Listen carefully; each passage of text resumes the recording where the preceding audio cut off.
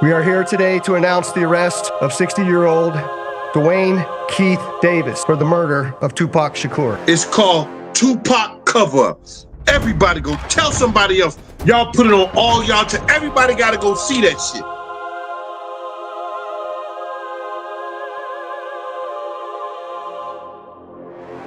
Tupac Cover-Ups. Please, it's free on Tubi, y'all. It's free. I told him this stuff is just flat out wrong, and I can prove it's wrong. How did this stuff even get out? I mean, who bought into this crap? Didn't anybody do their due diligence? And apparently the answer is no. I was never interviewed by any of the police agencies. When people are working with the FBI as informants, they sort of get this godlike complex. He made it very, very clear that he wanted to take over Death Row Records. Make no mistake about that.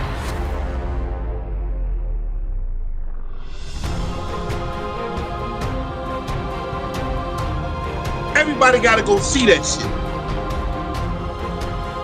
I watched all 6 parts like this.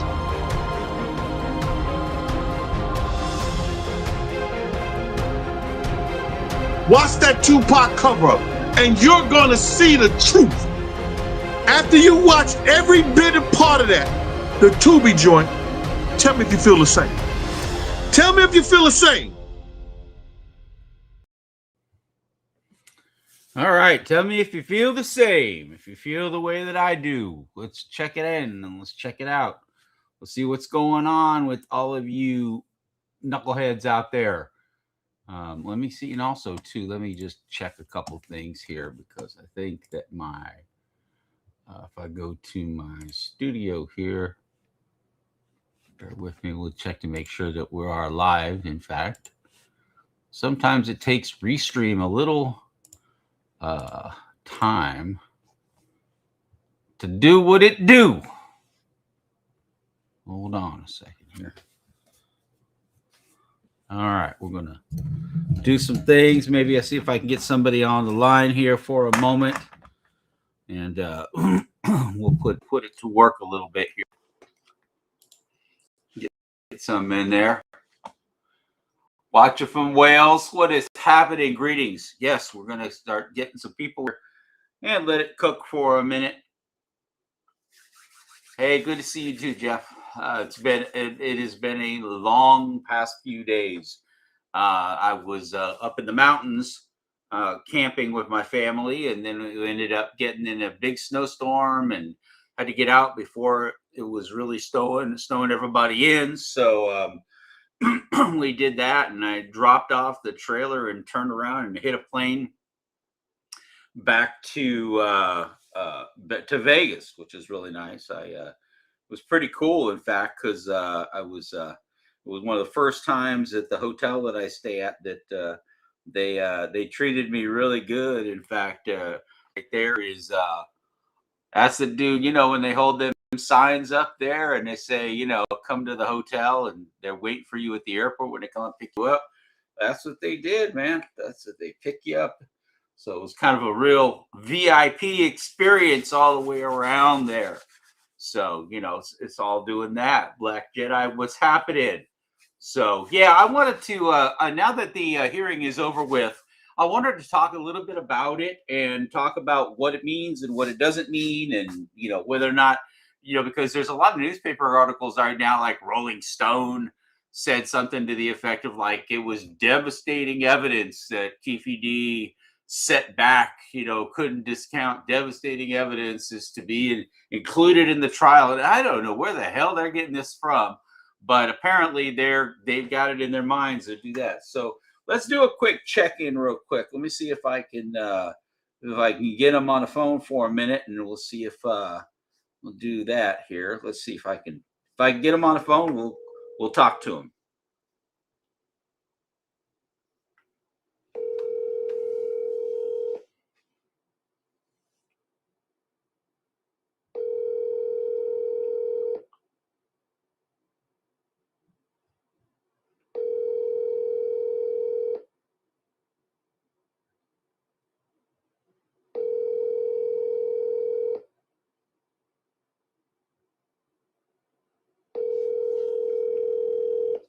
Well, I'll put in a message for him to call. Hey, Hey, what's happening? what's going on? Hey, listen, I'm on a live stream right now, so this is Dwayne Jr. Say hello to everybody. What's the deal, everybody? Hello, everybody. Let me get the phone up by where they can actually hear you. So, yeah, I was jumping on the air because I was going to do a follow up to the hearing yesterday and talk about Monday to talk about what went down, what didn't go down, what it means and all that stuff. But I figured I'd leave it up to you. Give us a quick rundown about how you're doing, and then of course how your dad's doing and how he's holding up. Well, I'm doing fine, man. Can't complain. My dad's doing good. Everything's looking good, man. Yeah. And I know the attorneys were up to see your dad. I mean, they were there at the hearing, obviously, but they went up to see your dad that was last Monday and stuff. But right. Everything's looking good, man. With my dad, he's doing good, man. Everything's good. Spirits are up. Yeah, super up. He finally just settled in and learning the prison. Yeah. What's it now? I don't say too much. Yeah, right. When does he get off of the current charges for the jail thing? What does he get out for that? They said there wasn't it like 40 months or something like that. I don't know. I thought that he's getting out in May. Is that not right? May. That's the end of the longest they can hold him till is May. Right. So he get out in May. I know they're trying to work it to get him out a little early in April. And of course, that means is that he's going to go leave the state prison and he's going to go back to the county prison again. And that's kind of a mixed bag. I mean, on the one hand, you don't have to wait 2 weeks to see him. But on the other hand, I mean, we know what that's like going down to that county prison down there. So, Right. What? That's weird to me. I wanted to ask the chat, like, is that normal? Do they find that normal? For what? That he would go back from state to county? Yeah, like this whole little process. I want dad is in prison. How the fuck is that? I don't even understand that. Well, he's in for, obviously he's up in the state prison because he got sentenced on the jailhouse thing. So I understand that, but I'm just saying I've never seen this happen ever. Yes, it is rather odd now that you mentioned it. It is kind of odd because, when they get people on stuff, it's usually concurrent sentencing and stuff like that. But but the sad part about it is that, it's like returning to the scene of the crime. They're going to bring him back to the county detention where that dude is still there, right? I believe so. Yeah, they're going to put him in the, what if they put him in the same holding cell, or the same pod as this other cat, just seems to me like it's a recipe for a more disaster. You know what I mean? Yeah, they was hope. I feel like they're hoping that something will happen to him. Yeah, well, it's he faces danger from many sides. Right. There was a lot of people that would like to just hold him for what he said in the past, and and that'll be the last they hear of him. You know what I'm saying? So he can't ever have a chance to come out and actually tell another story or tell the real story on what's going on. So, Right. Yeah. But so anyway, but I just wanted to give you an opportunity to give a shout out to the folks at home, and all the knuckleheads that are out there. Hey, y'all, man. Shout out to y'all, man. Thank y'all for tapping in to see how everything was going. Yeah, so it's going good. So what I'll do, what if you don't have to run? I mean, if you have to run, it's cool. If you don't have to run, I'll just talk. So if you want to say something in the middle of what I'm talking about, you feel free. And if you have a question, ask for sure. So yeah, all right. So Davis Senior had I have to say that now. I have to say Senior. Davis went from what they call a motion hearing. And this motion that they did was to suppress the evidence that was seized during the search warrant. And if y'all remember that search warrant, that was in, like, what was that, 2023 or something like that? November 2023. Yeah, it was during the holiday time almost. Almost, yeah. Yeah. So they raided Keefe D's house. They did a search warrant. Now, in Nevada, and it's an unusual law, but in Nevada, it's a rule that you can't serve a search warrant after what, 7 o'clock at night. So you can only serve a search warrant between 7 a.m. 7 p.m. And they make sure that people are, not bothered in the middle of the night. So they have to make a special request to have a search warrant done at night. And that's what they did in the case of Davis. And of course, anybody who watched the video, it looked like, Siegfried and Roy were going to jump out and do a tiger show because they had the lights. I thought Batman might show up because they had them big lights, of floodlights and everything. I thought Batman might be there. He might drive up in his car. You okay? You all right? I'm just laughing. Good. I'm laughing and coughing. Okay, I was gonna say those kids. Yeah. Well, it's well, it's warm where you're at. You're in a house, right? Yeah, you ain't standing on the street corner. Right now, I'm in the backyard, but yeah, I'm in a house. Okay, yeah, okay, go. So anyway, so they did this big thing, and they got like a Tupac poster out of his daughter's room, and they got some old laptops that weren't working. Were any of those laptops even working? Hell no, my dad ain't never used them laptops. Yeah, can you imagine KVD using a laptop for anything? I mean, that's real talk. Just so for all of you keeping up at home, yeah. So and there was like a couple iPads and some other stuff like that. But KVD and technology are kind of like miles apart from each other. So don't fuck around to see my little nephew's porn search. Oh yeah, probably, yeah, huh? Well, again, and the hard part about any laptop or any kind of a iPad or anything like that is even if they found something in a web search, since you mentioned that, since they found something, oh look, they managed to fire it up or whatever, and they get the web search. It's the reason that they have trouble with these online predators, these ones that send out the the invitation to a police pretending to be a 14-year-old girl. And they, he says, hey, why don't you come and meet me? And they do all this stuff.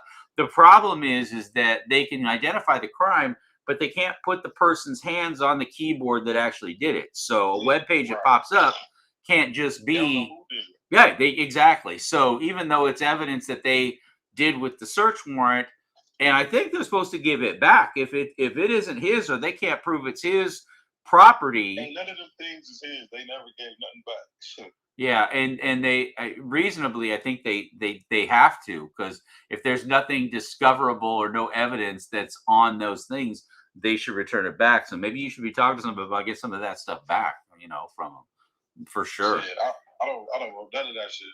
Yeah, how that shit. Yeah. So this ain't nothing. It's all old shit. Like, well, that's the point. So sisters in high school and shit. Right. So what they got out of the search warrant was they got that. And I think they got a copy of your dad's book, which you can buy right now on Amazon for $4.99 or whatever it is they're charging for it.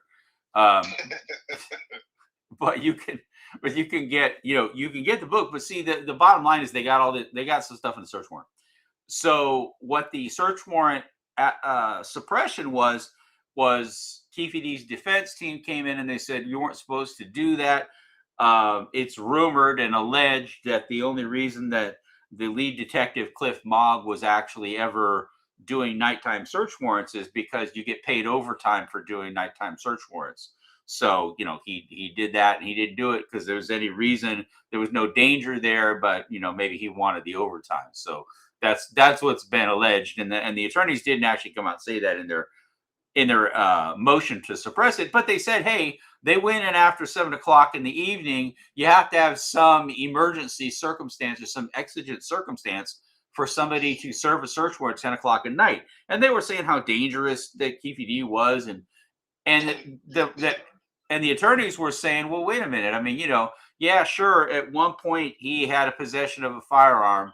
And at one point he had a drug conviction, but these were all like 20 years ago, and he had lived in Henderson for 9 years. He had lived right underneath LVPD's nose for 9 years and didn't even get a single speeding ticket. He got nothing. Okay. Had no charges, nothing at all like that. Yeah. So we had, they had this hearing, and they said, hey, you got to suppress whatever evidence is there. And, and there was some question as to whether or not it was going to move the needle anyway, as far as, okay, yeah, so we got those things suppressed. If there really isn't anything there, then did they really do anything? Because the police have already said that they're using his book as the, as the reason for, for everything is because of what he said in his book, and then some interviews later and all that. Anyway, so they filed the motion, and then the state argued back and said, well, it's not exactly true that, he's actually a dangerous guy, and he didn't tell the police the truth when Mog went up to his house to interview him at his house, that he didn't admit who he was, and he didn't invite him in. And of course, I probably wouldn't invite him in either. But at the end of the day, he said, hey, the prosecution said, hey, no, that should be granted. So they went back and forth in their motions, in their writing. And then they had a hearing on it on Monday. Or was it Monday or Tuesday? It was Tuesday. It was Tuesday. It was Tuesday. It was because it was the day after President's Day.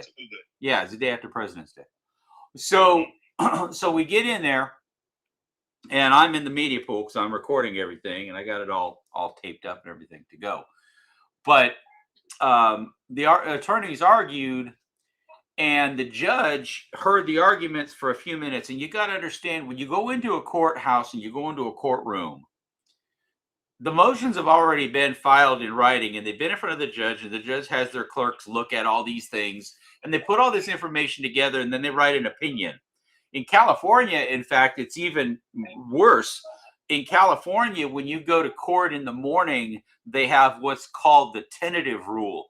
And what that means, the judges already pretty much made up their minds about how they see this is going, because they read all the sides, and they go back and they do their research. And so for the day of trial, they post what's called a tentative ruling.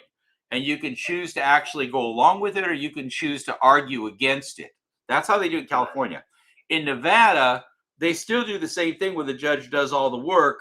But if she doesn't hear anything, and the arguments that the attorneys give are largely what they call performative arguments. So in other words, it's more performance, where they're just basically repeating what they said in writing. They're just saying it in front of the judge now. So they're repeating themselves. And if anything new comes up, maybe it would help. But in this particular case, the judge had already done all the research. And here was the sticking point. I don't know if you know this or not. I don't know if we talked about this or not. But here was the sticking point, and the reason, in my opinion, the reason that the judge denied the motion to suppress the evidence. And it was because of the process and what it would mean. You got to understand, when they go and they ask for this search warrant, they go in front of what's called a magistrate. That's kind of a second tier judge, they're just like a lawyer or somebody that would just be a sitting in judge, but they're called a magistrate. And they go, and the magistrate looks over it, and if they got good reason to believe it, they'll sign off on it and give them permission to go do the search. And there are many magistrates, and there are many search warrants. And what Mark DiGiacomo said, I believe he said, and I want to qualify that because I'm going to go back and watch it again, but I'm pretty sure I'm right about this, that his defense was to the judge, hey, we do this all the time. Okay, well, does that make it legal? No. Does it make it right that they go in after you do these nighttime search warrants when they're not supposed to? No. But they do it all the time, which means that magistrates buy into whatever the police are selling, and the magistrates pretty regularly just sign off on them, and they do these nighttime warrants. And so it becomes a bit of a problem for the judge that's sitting up there. And again, I'm not casting any dispersion on the judge. I think she's actually a pretty good judge. But the judge has a problem, because if it's true that all these magistrates are approving all these search warrants at night, and she comes down and says, actually, no, the magistrate acted incorrectly. And of course, that's the only reason that they can suppress the evidence, is if there's judicial misconduct. Well, there's no real judicial misconduct if the judge just believes what the police are saying, and the police may be telling the truth. They may not be telling the truth, but if the judge believes them, there's not judicial misconduct in that sense, that the judge like lied or was covering up for the police. There was nothing like that going on. And just because they sign them all the time, it may be bad practice. It may be judges that are just really kind of give the police a lot of latitude and just let them go with it. But is that judicial misconduct? Maybe. But if that judge calls out the magistrate and says that what they did in buying this thing and doing the thing in the search warrant at night and all that, if she says that that's wrong, in reality, that means a lot of other cases going back that had nighttime search warrants, then everything comes under question. And it's kind of our society and the kind of way things are, and just kind of the thing we kind of live with day to day, is that once they set precedent and once they all kind of do the same thing, and it's kind of normal to approve these search warrants at night, and there's no judicial misconduct there, not like anybody's trying to get one over or the judge is trying to be sneaky. So the judge in Davis trial said, I don't see any judicial misconduct here. Whether there was, I mean, that's the judge's opinion. She didn't see any. I don't think anything was intentionally done. I think that the LA Metro or Vegas Metro, not LA, Vegas Metro, I've been thinking they've been getting away with a lot of stuff for a long time. But that doesn't mean the judge did anything wrong. Okay, that's the thing. The judge acted in good faith.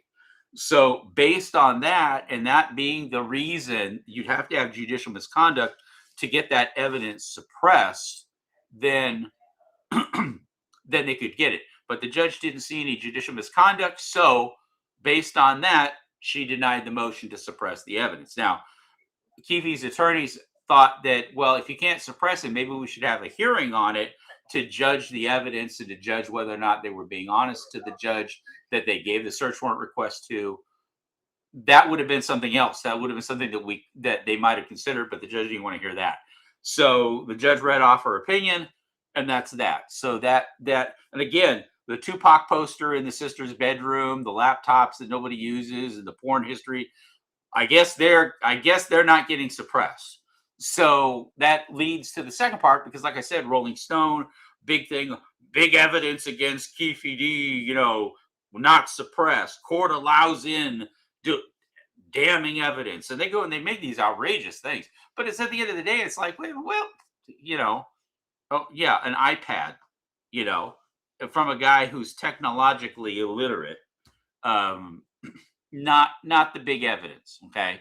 So, and if they gained the evidence, maybe they had gotten some ground, but I think they really just wanted to send a message to both the judge and to the prosecution team that they are looking at every opportunity. They're looking at everything. And if they're going to challenge that, they're going to challenge a lot of other things in the future. And that's a good thing, because once they kind of get that under their belt and look at that and look at how the prosecution argues, I think that there's going to be a lot more of these kinds of motions coming up in the future. So that's what that's kind of latest. Junior, you got any questions? Yo, You asking 5 questions? yeah. You have any questions? No, I understand completely. Okay, good. I know. Okay, yeah. So let's just do a couple quick shout outs here. Let's see here. We got Mason Classify. What's up? What's up? What up? Andre Bugs. Yeah, that's right. What up? Is that the Andre Bugs says another setup. Okay. So you can see it. Yeah, he says Keefe D is a patsy. That's another one there. So let's see here. I'll just get them all at one time. So nobody in the world can pull off a murder like that without law enforcement involvement. I would tend to believe that. So Me too. Black Jedi says, explain a 6-lane U-turn on Vegas Boulevard during a Tyson weekend. 6-lane U-turn. Yeah, right. Yeah. Well, you and I were always laughing about. That shit don't even. You can go. No, go. Say, go. Say what you would say. That's what I was looking at. That shit didn't even make sense when I was looking at it. Like, I'd been there and I drove past it.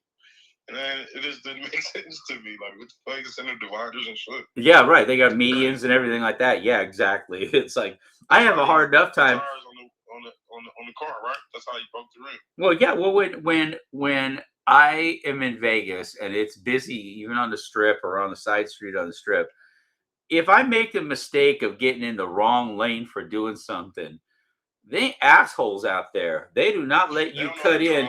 They don't let you cut in for anything. So how they navigated across 4 lanes of traffic that people don't want them in and try to bust a U-turn, like, yeah, come on, really? So, you know, it is kind of crazy like that. But let's see here.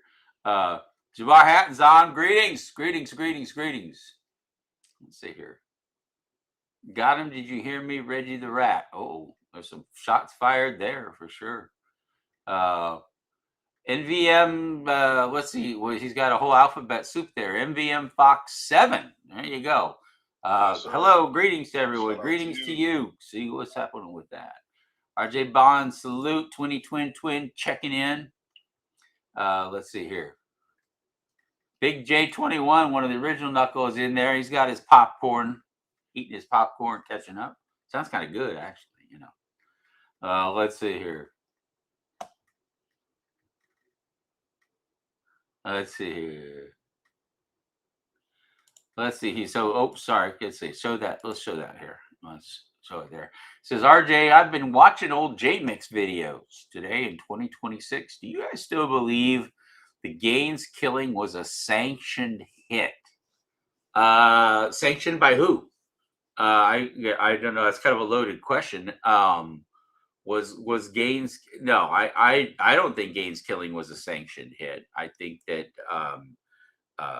Gaines was a loose cannon, and that he was already button heads with the LAPD, and you know, like a lot of these cats, man, that make trouble, they just get what's coming to them. You know. I wanted to add to that.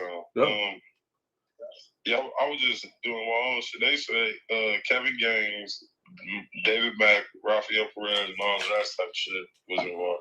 I mean, I don't know. I'm only 33, but at what I see, yeah, that's what I believe. Honestly. Yeah, I don't. Wholeheartedly, I don't know. I can't put the details on it because I'm still doing my research, but yeah. That's what I believe. Yep. Let's see here. What's they going to say? They're going to say the case will be a loss for the prosecution once their lead witness is cross-examined. That would probably be Greg Kading there, you know, for sure. Oh, he's going to be a part of it? What's that? Who, Greg Kading? Yeah. Oh, I can't tell you what the prosecution is or isn't going to do. Okay. Well, even if I knew. Okay. But I will tell you one thing that I find very interesting is that, you know, there's a lot of talk on people being on YouTube and Vlad and Art of Dialogue and some of these other, you know, wannabe YouTubers who, you know, they go around and they do these interviews and they, you know, think it means something, whatever. It's very surprising to me because they're out of court statements that a lot of these things can't be let into the trial. Okay. Right. And that includes. Honestly, they coerce like you to say whatever they, you know what I'm saying? Whatever they want to say before the interview. Yeah. Vlad even said that. Yeah. So, you know, but you know, even it's going to be interesting because the reason they're using your dad's book is because it's, you know, it's in writing, but it's still an out of court statement. That's not his writing, though. Right. Well, you know, yeah. If you obviously know, like, you know. Well, you mean your dad's not running around quoting like, you know, Plato and Steve stuff Sinatra like that? And shit like that. Mm-hmm. My dad don't fucking listen to fucking Steve Sinatra. Tell me what black man his age did. Yeah, right. Yeah. Well, so they have a lot of that going on, but yeah, that's Greg's Kading book. Basically. Yeah, kind of basically it is, you know. But he made up these stories. Well, I do tend to believe that that there are there is a line of thinking that might suggest that a lot of so-called facts were actually suggestions made by others, and like, yeah, let's go with that kind of thing, you know. Let's see. Let me jump back up here again for a minute here. Question the department. Yeah, no kidding. Let's see here.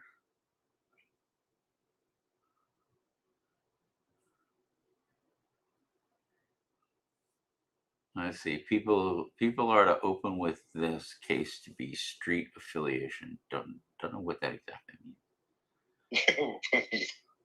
Let's see.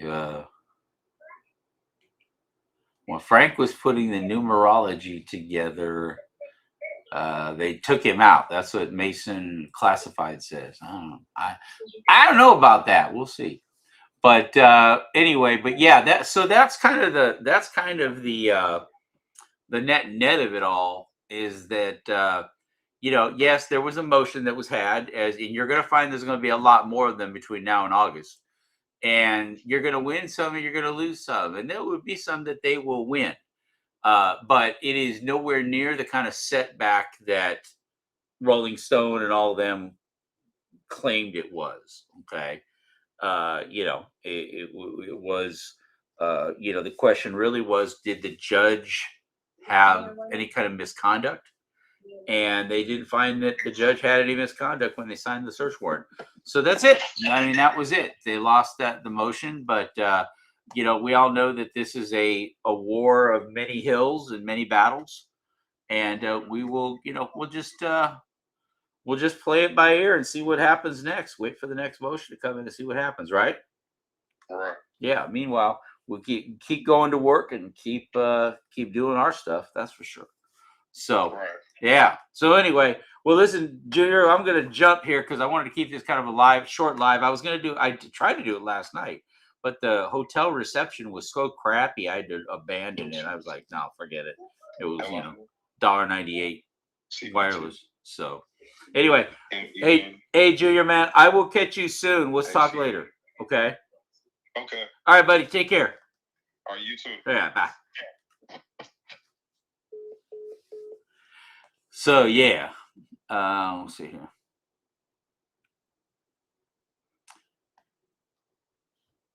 Well, Black Jedi, we know Frank and Michael Moore both thought that members of Death Row were responsible for the Pac hit. I mean, they pretty well said that. All suggestions to the contrary, just they're not true. They're not true. I mean, again, we go back to this whole Reggie Wright claim that Frank wanted to apologize to him, just like Kevin Hackey wanted to apologize to him, just like everybody wants to apologize to him, right? Because he's right about everything. No, and no, but I think that both Frank and Moore and Kevin Hackey, they just wanted to move on with their lives. They were tired of messing around, so I think they were going to, at one point, have a truce where Frank just wasn't going to speak on things, kind of like Kevin doesn't talk about it, that Frank wasn't going to speak on it, and they were going to have kind of a truce that Frank just wasn't going to speak on. I didn't mean I wasn't going to say anything about it, but Frank wasn't going to say anything about it, but when somebody dies, then suddenly you can change that story, and that's what happened. So let's see here. Salute RJ. Let's see what happened. Kaiser Soze is back in the crowd again. Salute RJ. Can you get the defense to question Trayvon via deposition? I truly believe it's a big weak spot in this BS narrative. They're doing their best to keep him going on the record. Okay, so here's what you got to know. In a civil case in Nevada or California, in a civil case, you can do depositions. It is very, very rare to do a deposition in a criminal case. In a criminal case, they just put you up on the stand and they ask you questions, and then the defense gets to cross-examine you in court. There's really not a there's not a big thing for depositions there. So the question is, will the defense call Trayvon Lane to question him about several things? I don't know. I know that there are several people that they're considering right now. It really comes down to if there's enough information that these guys, if they just clam up, they'll show up in court and just clam up and say, I'm not saying anything and I'm pleading the fifth and whatever. That's the danger that you get when you bring them in, because they'll do that, but they can do that in a deposition as well. So you may or may not get anything out of him. So we kind of have to look at that and whether or not, and the same thing applies to Suge Knight. If they're dishonest people to begin with, if they're not going to tell the truth to begin with, getting them in a deposition isn't going to make them tell the truth, and getting them up on the stand isn't going to make them tell the truth either. They're not going to tell the truth, or they're going to take the fifth, or they're going to somehow dodge telling the truth because it's just the way that they are. They don't want to be honest. They haven't been honest to date, and they're not going to start now. So I definitely think, he's being sequestered. The prosecution's obviously not going to call him. And if the defense does, we'll see. Well, I mean, I know his is among many names that are floating around out there. And, and I can't say anything more than that. But, that's kind of the general pros and cons as to why they might or why they might not do it. Let's see here.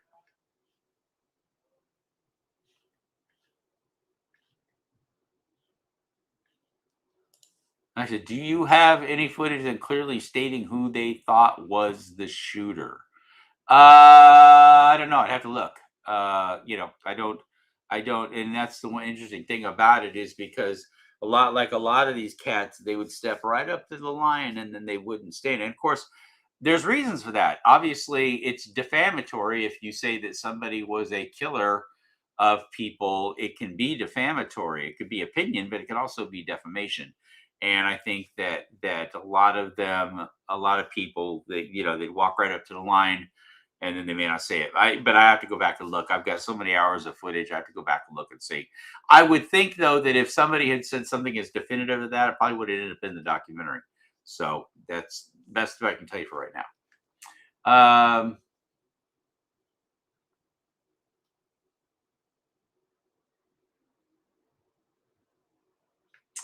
So let's see here. It says, I saw an article that describes Davis having a confrontation with Tupac at the Soul Train Music Awards, which is totally not true. Wright Jr. lied to the grand jury. Video from the actual person.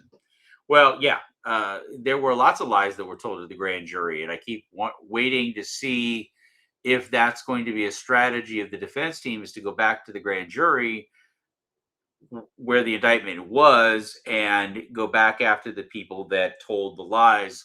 Another one was, Robert Ladd was talking about the chain snatch, and he said they asked him flat out, was something of value stolen from Trayvon Lane at the Foot Locker?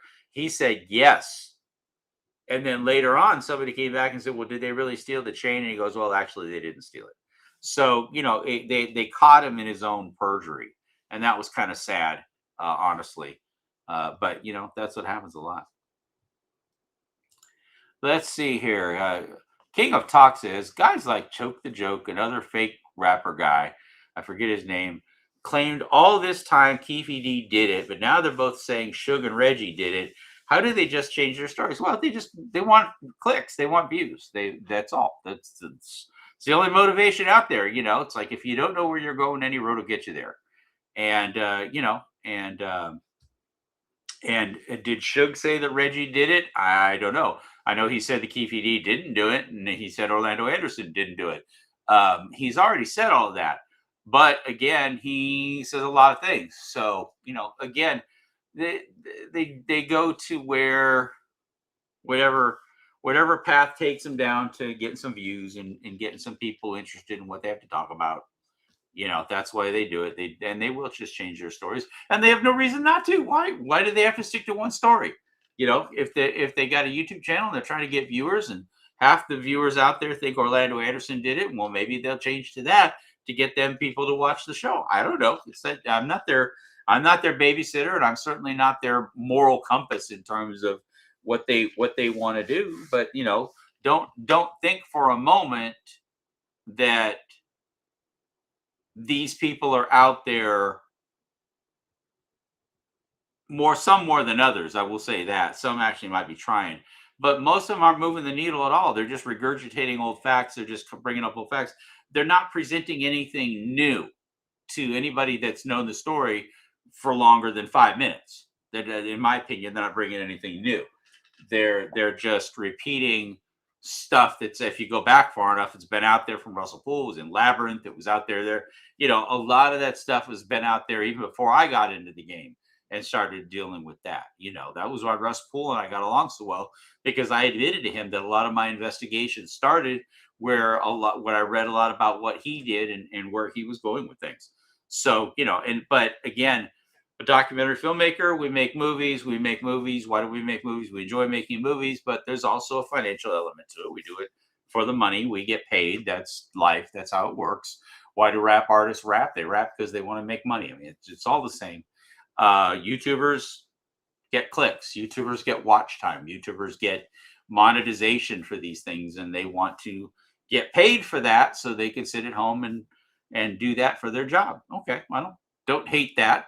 But when you look at, if you're trying to look at them as people trying to solve a crime, and that's not the case at all. And again, that's not in any, you know, maybe in their own way they are, maybe they think they are. Okay, if that's what they think they're doing, I don't want to say they're not, but you know, again, it's kind of hard to just sit in your basement with a microphone and act like you're beating the path solving things. Anybody can tell you, you know, I go out all the time and I'm mixing it up. I'm sitting in the courtroom. Those guys can go to the courtroom. They can get in their car and they can drive or fly or do whatever they want to do. I flew this last time, flew Frontier. Kind of a bad experience, but delayed flight. But nothing's stopping them from doing any of that, covering the court case, being right there, being at the scene where they can actually talk to people. Like if they wanted to interview the attorneys or if they want to do something, nobody's stopping any of them from doing any of that. I just think it's a matter of economics. I don't think they can afford to. I mean, now some of them can, and I know, and I won't name names, some of them actually could because they, you know, spend a lot of money traveling and do a lot of other stuff there. But again, like I said, you have to understand that a lot of these cats, it's just an opinion show. So they're getting clicks and you're listening, you're tuning in for their observations for it. It's not, they're not trying to necessarily solve anything. They're just giving you their observations of what they've heard or what they've seen or something new that comes through. And that's fine. Like I said, there's no shame in that. And there's certainly nothing for me to disparage. You know, more power to them. Let them make a buck. If people are going to listen to what they have to say, let them make a buck. You know, even that nut job guy, you know, that's got warrants all over the place. You know, they you know, people want to listen to him yammer on and in his psychosis. That's fine too. But we don't, you know, we don't have a law that says people can't do that. But that, you know, that's they do. They just change their story because it's just the way they go. If something doesn't work, try something different. All right. I believe everyone he named in his testimony will be asked to take the stand. Well, for the prosecution, maybe they might. But I think that if they use Reggie Wright for anything, they're just going to use him to set the stage for things. They're going to let him kind of tell the story generically about it to kind of like give you an overall picture of things. But he wasn't there to witness anything, so he's got nothing to add to the materiality of the shooting. Nothing. Yeah, nothing to add. Excuse me. Well, thank you, Black Jedi. I know you see it. I mean, I just leave it up to anybody who's got a heartbeat and a set of ears to, you know, that my record speaks for itself. My track record speaks for itself. I don't try to sham my audience. I don't try to do anything.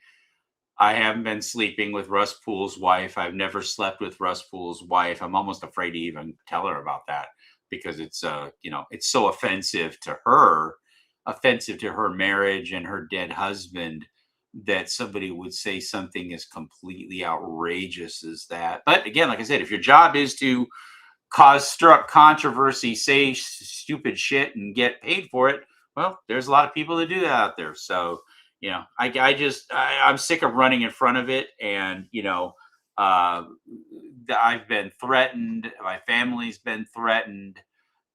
You know, so, you know, I don't engage. I don't need to poke that anymore. You know, than there is. I mean, you can't say that you're a victim of anything and then turn around and provoke things. So I just don't. All right.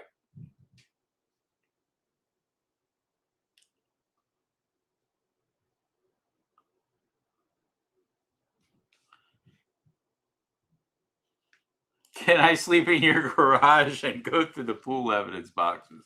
Hey, listen, take that offline. Email me, take that offline if you're serious. You don't have to sleep in my garage. But yeah, the pool evidence boxes are here. And I have been through most of them, and a lot of it is stuff that's already out there. Maybe a few nuggets that aren't. A lot of newspaper articles about the case. A lot of interview videos that were like news things and news interviews and stuff like that. Not a ton of it. But then again, what's interesting about it is that I could read something 15 times, and it's on the 16th time I'd read it, and something I'm like, oh wait a minute, what? Or I'll read something, and 5 years ago it didn't make any sense to me, or I just kind of ignored it. But now 5 years later, I go back and I read through it again, and I'm like, wait a minute, oh yeah, I look under. Since I learned XYZ 1, 2, 3, now suddenly this makes a hell of a lot more sense to me. So we definitely, get that. So all the time. Oh, Anthony's, thank you very much. Anthony, sir. I hope I pronounced that right. Give me a super chat. Thank you very much. I will get that cup of coffee. I appreciate it. I need it right now, man. So, yeah, King of Talk says the same thing. We'll have maybe we should have maybe we should do like a Russ Poole evidence party or a Russ Poole files party where we book a conference room at a hotel on a certain day. We just bring it, and anybody who's interested in going through it could look at it right there, and and maybe there's some discussions that could happen. Yeah, that'd be kind of a fun thing to do. I have to think about that one. That would be kind of fun, kind of a fun exercise for sure.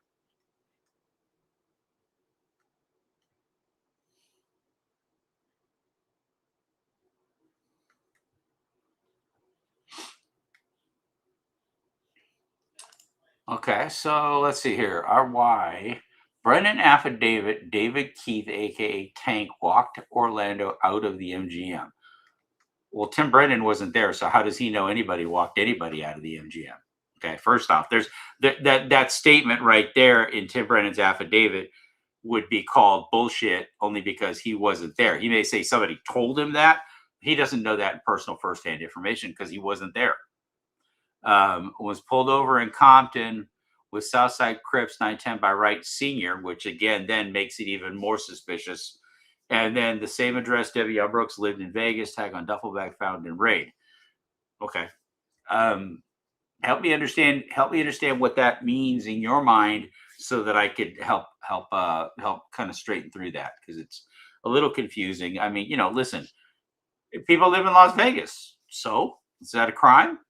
Last time I did, it wasn't, just because even if there was a postcard that said, welcome to Vegas, went to the Tyson fight, does that mean he shot him? Does it mean anything to do with it? No. So, but I wouldn't trust anything that came from Tim Brennan's affidavit or Bobby Ladd, because they've proven that they've been selling a lie for all this time. They were selling the Orlando Anderson chain snatch for 25 years until they decided to cash out and write a book with a lady by the name of Lolita Files called Once Upon a Time in Compton, where they finally admitted that the whole thing about the chain snatch in the Lakewood Mall was a bunch of horseshit. So they've been propagating lies for 20 years, provably. So I personally wouldn't trust anything that either one of them said. It's just they're very suspect.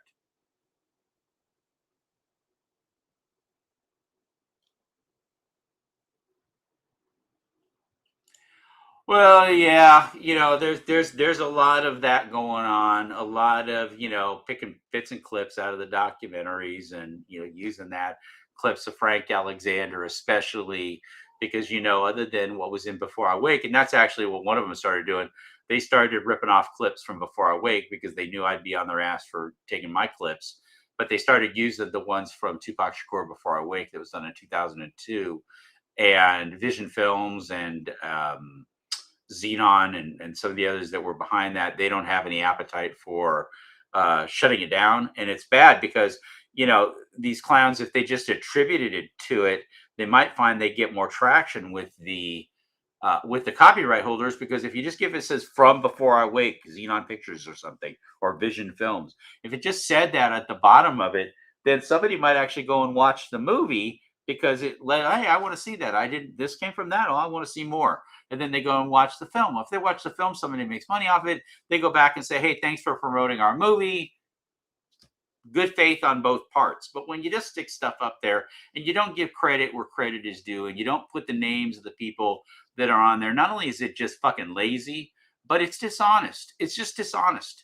And it's a shame, because so many people could equally profit or make money from it in a circular fashion, but these people don't seem to understand that. And obviously maybe that's why they're making videos on YouTube, don't have a real job. So I don't, that's all I can say about that. Have you read the Guardian's article about Johnny Depp's Tupac and Big Thriller has the wrong main source? Wonder if somebody paid the author to please shut down Poole's theory and push Kading's theory. Well, again, there's going to be people that are going to believe one thing or another. I mean, it's what they call a confirmation bias is the name of that saying, and that's when people believe what they believe. And if I read an article and it agrees with what I think, then I like it. If there's an article that doesn't agree with what I think, then I don't like it. It's kind of what that is. And newspaper guys out there to make headlines, as the wrong main source. Well, that's an opinion piece. That's not really news. That's an opinion piece. And if the minute that you start taking opinion pieces as news, then you're gullible for anything. Jason says, RJ, what up, brother? What's up? Do I have the full Death Row Dave interview with Poole? Of course I do. It's an hour long.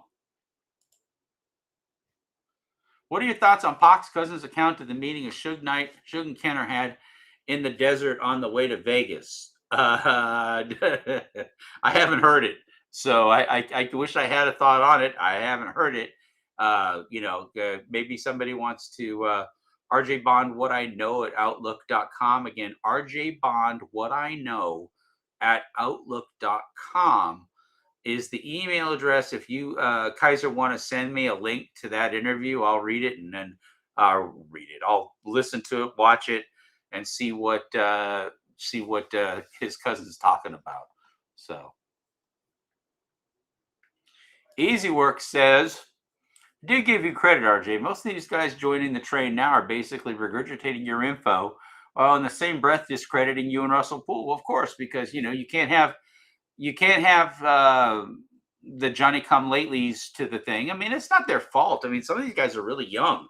It's not necessarily their fault that they weren't, they were messing around and doing other things when Russell Poole was on the case and I was doing the assassination movies. I mean, that was 2007. We're going on next year will be the 20th anniversary of Tupac assassination. So, these are all things right now. It's 20 years when I started making it, because I started making it in 2006. So it's been 20 years. But, they don't know all of Russ Poole's stuff. They don't know because they haven't read it. They don't know. And what they do is then they go around and they discredit Russ Poole and I, because that gets them to sidestep the issue of accountability, and it gets them to sidestep the issue of, did you really come up with this? Because like I said, anybody with a heartbeat and a set of eyes can jump on the internet. And I mean, I was in a limousine coming back from the hotel going to the airport, and the driver, he said, Richard Bond. He says, are you RJ Bond? And I said, yeah, I'm RJ Bond, because we were talking about Tupac. He says, you RJ Bond? And I said, yeah, I'm RJ Bond. And then, of course, I thought, oh, shit, I'm dead now, right? No, I'm kidding.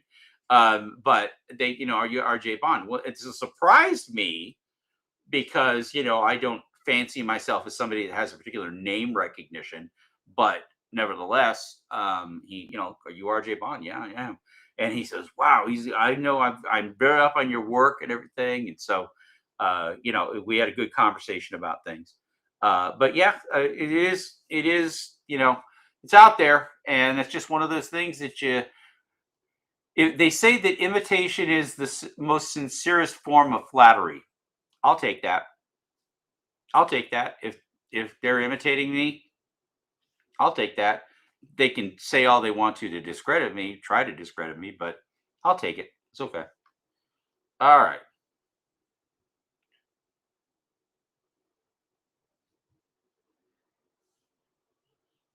As everything old is new again. Black Jedi, you said it right. For sure. Let's see here. Anything else that anybody wants to think about here? Yeah. Well, I just wanted to give you guys a quick heads up. We're rounding up on an hour anyway. Want to give y'all just a quick heads up and we will do this every time there's a motion, every time there's something going on in the trial.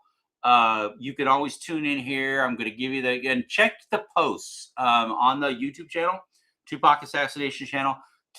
Check the section called posts. If you don't subscribe, you won't know about them. But YouTube has never done a good job of allowing you to post up documents. Otherwise, in the post section, they let you put up a picture and stuff. Other than that, I could post up documents. But when it's a 50-page or 100-page document, I'm not going to sit there and make a picture out of every page just to post it up on that section. It's kind of a sad feature that YouTube just didn't get their shit together and do, because I think it would be such an incredibly rich experience if they just included that you could attach a PDF for somebody to look at as it's related to that video or that post. I think that would be very cool. And I think they're just kind of missing the boat, because from a technology standpoint, that's a very easy thing for them to do. Storage might be a different matter, but if they're storing videos, they can store a PDF. PDF's nothing. So, it's an unfortunate decision that the people at Google and YouTube have made to do that.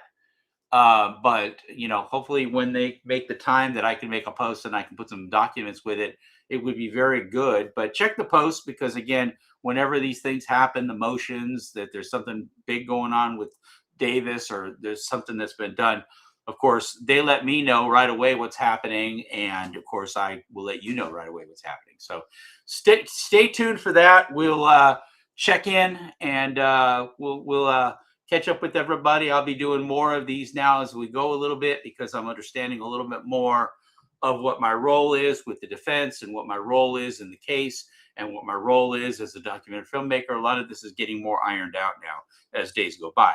So I'm going to be a little bit more available to do some live streams of that. And that's a good thing for everybody. So I hope all is well. Thank you so much for tuning in, jumping on. Knuckleheads unite, as always. Tell friends about it. And we will catch you guys on the next live stream. Where the heck do I got to figure out how to go out with grace. All right, guys. Take care and have a great evening. We'll see you later.